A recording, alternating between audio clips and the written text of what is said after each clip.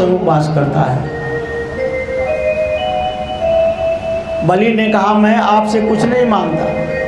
भगवान ने कहा मैं और देता हूँ, देने में मेरे को संतुष्टि नहीं होती है। बलि तुमने 3 पग भूमि दे करके और आत्मसमर्पण करके मेरे को धन्य कर दिया, लोक रक्षण कर दिया, भूमि का रक्षण कर दिया, मैं तुमको और देता हूँ।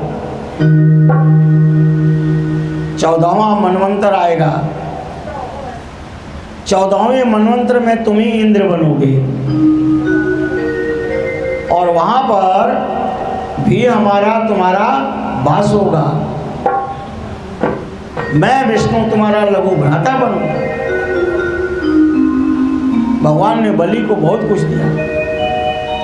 पापो मुंचता, कभी तुम्हारे हाथ से, कान से, वाणी से और क्रिया से कभी पाप नहीं होगा। भगवान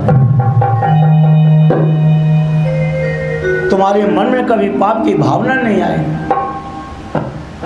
किसी का अहित नहीं आएगा। दया मनसी जबरदस्त, तुम्हारे मन में सदा दया रहेगी। जो तुम्हारे सामने आकर के याचना करेगा उसकी याचना को अपनी समर्थ के अनुसार तुम पूरा करोगे। दया का भाव तुम्हारे अंतःकरण में रहेगा। गोस्वामी जी लिखते हैं दया धर्म का मूल है, पाप मूल अभिमान, तुलसी दया न छोड़िए, जौनों घट में। देने से नहीं घटता है, नहीं देने से घटता है। विप्राण गाम, याचक को देने से कुछ नहीं घटता है। दुखी की सेवा में कुछ घटता नहीं है, बढ़ता ही है। इसीलिए बलि को भगवान ने पाताल लोक का राज दिया, माता अदिति को असुरों से मुक्त किया, इंद्र को राज दिलाया और इंद्र को राज दिला करके भगवान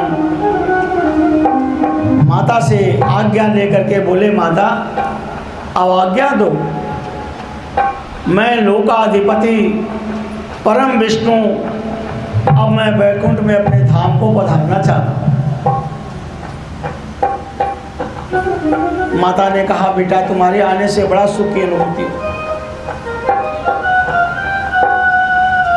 भगवान बावन कहते हैं जन्मने जन्मने मुकालस्ते, जब जब धरती